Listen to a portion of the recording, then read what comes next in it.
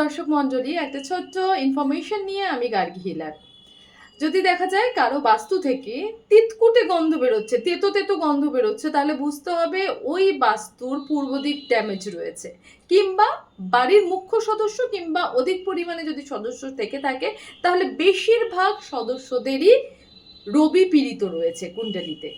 এবার রবি যদি পীড়িত থাকে কুণ্ডলিতে তাহলে কি হয়? নাম যশে বাধা, সরকারি বেনিফিটে বাধা, ভালো রিকগনাইজেশনে বাধা, ভালো সোর্সেস বা ভালো কানেকশন আসতে বাধা, ভালো বন্ধু কেটে যাওয়ার যোগ থাকে।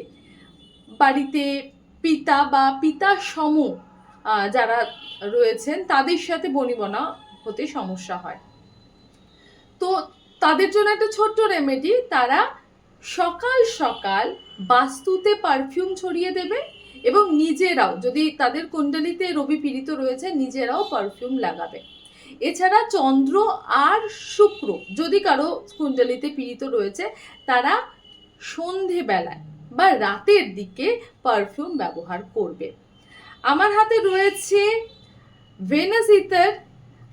এটা টোটালি অ্যালকোহল ফ্রি এবং হিলিংয়ের মাধ্যমে এটা তৈরি হয়।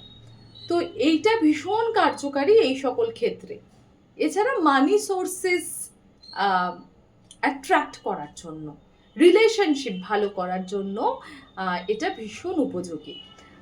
কেমন লাগলো ভিডিওটা অবশ্যই জানাবেন, সঙ্গে থাকবেন এইভাবে।